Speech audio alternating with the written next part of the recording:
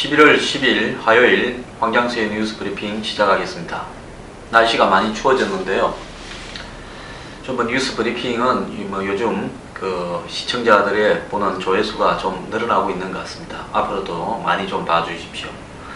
근데 이제 뉴스 브리핑에 혹시 제가 개진한 의견에 대해서 다른 의견을 댓글이라든지 여러가지 형태로 개진하는 분이 가끔 계시는데요.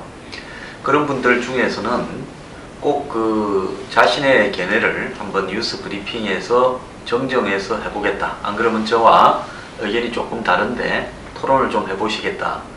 이런 분들은 본인의 이 신분을 밝히시고 본인이 그런 토론을 할 수 있는 전문성이 있다라는 부분을 경력을 입증하시면 제가 언제든지 모시고 뉴스 브리핑에서 토론을 하겠습니다. 저도 가급적이면 우리 뉴스 브리핑에서 저 혼자 진행하는 것이 아니라 각계의 전문성을 가진 분들 중에 저와 걔네가 다른 분을 오히려 더 환영합니다. 그래서 저하고 이렇게 활발한 토론을 통해서 국민들에게 진실을 알리는 것이 이 방송의 목적이니까요. 언제든지 연락 주셨으면 합니다. 오늘 첫 뉴스는요.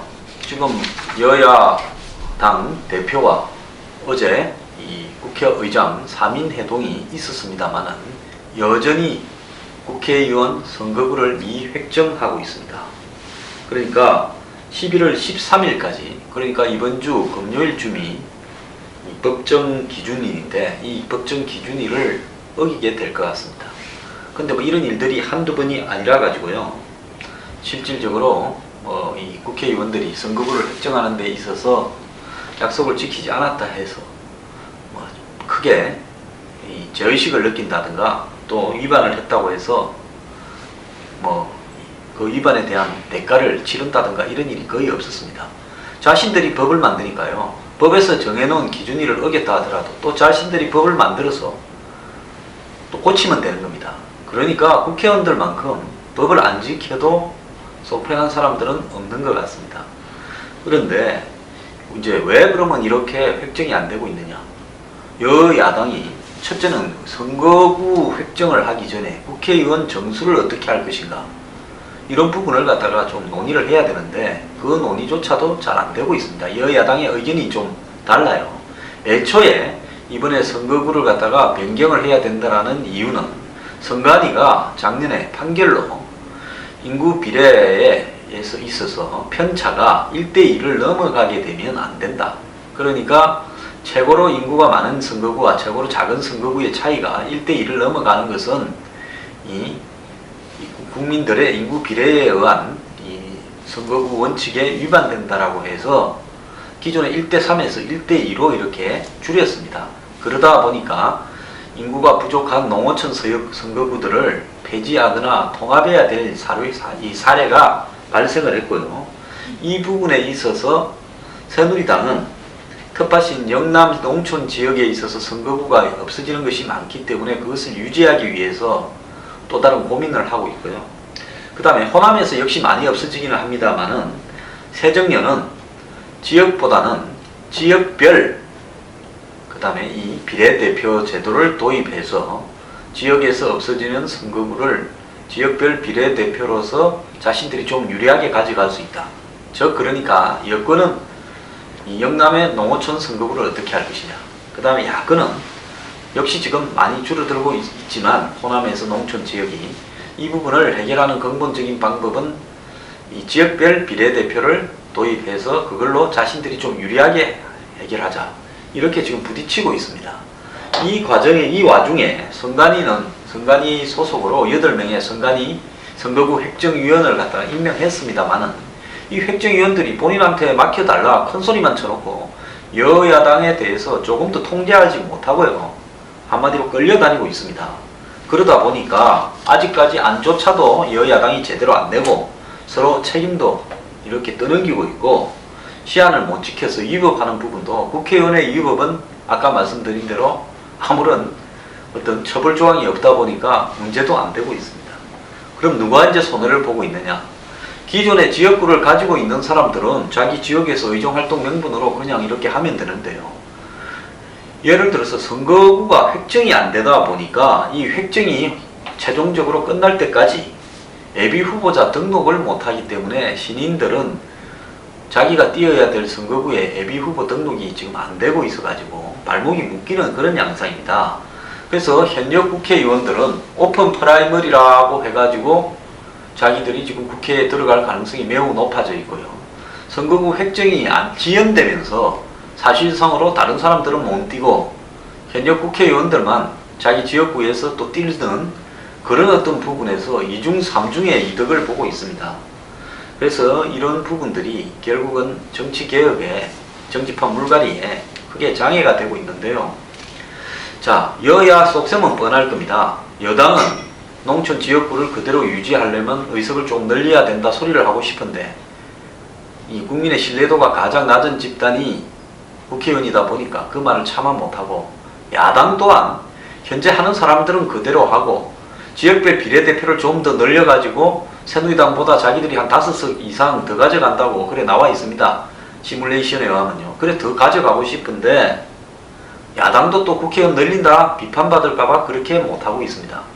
자, 이렇게 여야가요 대표끼리 만나고 국회의장이 만나도 지금 답이 안 나오고 있는데 지금 뭔가 속셈은 있습니다. 뭐 농어촌 특례 선거구를 임명해서 농어촌 지역에 있어서는 헌재가 이야기한 1대2에 좀 미달되는 부분이 있다 하더라도 유지하는 부분에 대한 법을 갖다 좀 통과시키고, 또 그것이 나중에 헌재 위헌 소송이 걸릴 수도 있겠죠. 자관 그렇게 하고 싶을 거고, 그 다음에는 국회의원 정수를 적어도 한 20명 정도는 늘리고 싶을 겁니다. 자, 여기서 이제 국민들의 비판이 어떻게 쏟아져 나올지, 언론이 어떻게 비판할지를 몰라가지고 지금 서로 어물쩡거리면서 총대를 누가 먼저 매기를 바라고 있는데요. 간단합니다. 국회의원 월급 깎으세요. 월급 한 20% 정도 깎아버리고요. 그 다음에 출판 기념회 안 하겠다. 그리고 특권 일부를 우리가 포기하겠다고 여야가 합의하면서, 그러나 부득이 한국의 국회의원 숫자가 외국에 비해서 그렇게 많은 것도 아니고 하니까 늘릴 수밖에 없는 부분에서 이해를 해달라. 그리고 이 깎은 월급은 절대로 다시 원상 복귀시키지 않겠다. 이렇게 여야당과 국회의장이 국민들 앞에 선언을 하면 국민들이 양해를 할 수도 있습니다. 근데 월급 깎는다든지 특권 폐지한다 소리는 절대 지금 안 하고 있습니다. 기존 받고 있는 혜택을 그대로 받으면서 국회의원 숫자는 늘리고 싶은 그런 이 여야 국회의원들의 꼼수가 오늘날 선거구를 획정을 지연시키고 있는데요. 이 지연되고 있는 데서도 뭐 위반이다 뭐다는 언론이 하는 소리지 본인들은 웃고 있을 겁니다. 다른 사람 발 다 묶어놓고 우리만 열심히 뛰고 있고, 또 어떻게 공천을 할 것인가 하는 방법을 오랫동안 논의하게 되면 전체 물갈이판으로 확 갈 수가 있으니까 그 논의하는 기간이 점점 적으면 적을수록 더 좋을 겁니다. 적어도 2월 한 중순 때는 공천을 하려고 하면 공천하는 방법은 한 달 전쯤 1월달 결정돼야 될 거고, 지금 요렇게 한 두어 달 11월 12월 이 시간만 그냥 흘러가 버리면 현역 국회의원들이 유리한 방식으로 모든 결정이 끝나게 되겠죠. 그래서 한 두어 달을 최대한 시간을 흘리 보내려고 하고 있을 겁니다. 국회의원 참 낯짝 두꺼운 사람들이 합니다.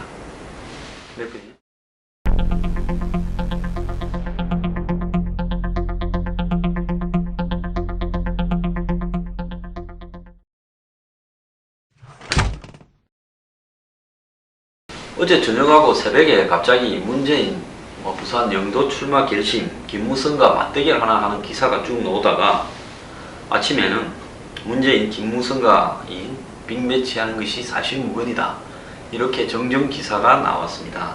그럼 이 기사가 나오게 된 배경이 어디에 있을까요?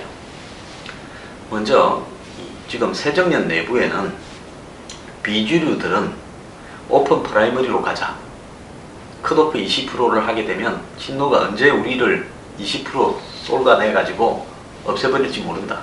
그러니까 컷오프니 뭐니 없어요. 그냥 오픈 프라이머리로 가자. 그리고 문재인 대표는 빨리 통합선대위를 구성해서 본인도 이 여러 계파 중에 하나로서 그 통합선대위에 들어가고, 그래서 계파 간에 적당히 나눠먹기 공천을 하자, 이런 주장을 하고 있습니다. 문재인 대표는 공동선대위는 가능하나 통합선대위는 안 된다, 이런 입장을 가지고 있어요. 그러면 일부 국민들 입장에서는 통합선대위와 공동선대위가 무슨 차이가 있느냐 이렇게 느낄 수 있습니다. 통합선대위는 문재인 대표의 지금 지도부의 기득권을 포기하고 친노도 그 중에 원오브 데모로 들어가고 그 다음에 비주류 또 당 밖에 있는 전정배 뭐 심지어 어떤 사람은 정의당까지 해서 다 이렇게 선거 선대위를 똑같은 지분으로 서로 간에 출범시켜서 공천도 거기서 논의해서 서로 간의 세력 분포에 따라서 나눠갖자 이런 부분이고요. 공동선대위는 문재인 대표의 권한은 유지한 채 거기에 개파의 보스별쯤 되는 사람들이 그냥 참여하는 겁니다. 그러니까 문재인 대표의 주도권을 놓치지 않는 거죠. 이런 양상 속에서 비주류들은 문재인 대표가 뭔가 서울로 오든지 서울에 어려운 지역에 출마를 하든지 뭐 안 그러면 김무성 대표와 한번 붙어라 이렇게 이야기를 하고 있죠. 원래 아는 혁신위에서 그 당시에 어떤 이 공천과 관련된 내용을 발표하면서 당의 중진이나 전직 대표나 전직 대선 후보들이 다 어려운 데 가서 붙으라 하면서 문재인 대표한테는 말을 한마디 안 할 수 없으니까 그냥 썩 지나가는 투로 영도에서 김무성 대표와 붙든지 이렇게 말을 한 겁니다. 그때 제가 TV에 나가서 여러 차례 두 사람이 최근에 굉장히 화기애애한 사이인데 붙을 일이 별로 없을 것이다. 그 직후에 안심번호 국민공천을 발표했죠. 두 사람이 나란히 섰어요. 그런데 문재인 측은 이 기사가 나간 다음에 내년 총선 출마할 건지도 안 정했는데 웬 영도 출마냐 하면서 이 부산시당의 김영춘 위원장의 말을 인용해서 영도 출마를 보도한 아마 중앙일보가 이걸 보도한 것 같아요. 그런 부분에 대해서 사실 무근이다 라고 이야기했습니다. 그래서 이 김영춘 위원장은 이 매체와 인터뷰에서 문재인 대표가 부산 영도에 출마하기로 마음을 굳혔고 최근 문 대표의 측근 2, 3명이 영도의 지역구 관리 실무 작업에 착수했다. 매우 구체적으로 이야기했는데요. 제가 볼 때는 이 두 사람이 붙을 가능성이 거의 없다고 봅니다.